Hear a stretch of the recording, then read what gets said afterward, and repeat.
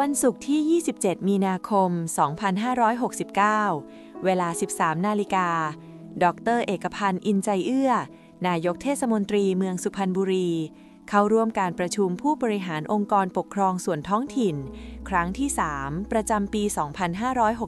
2569 โดยมีนายณัฐพงษ์ สงวนจิต ผู้ว่าราชการจังหวัดสุพรรณบุรี เป็นประธานการประชุม ณ ห้องประชุมหลวงทรงพล ชั้น 3 ศาลากลางจังหวัดสุพรรณบุรี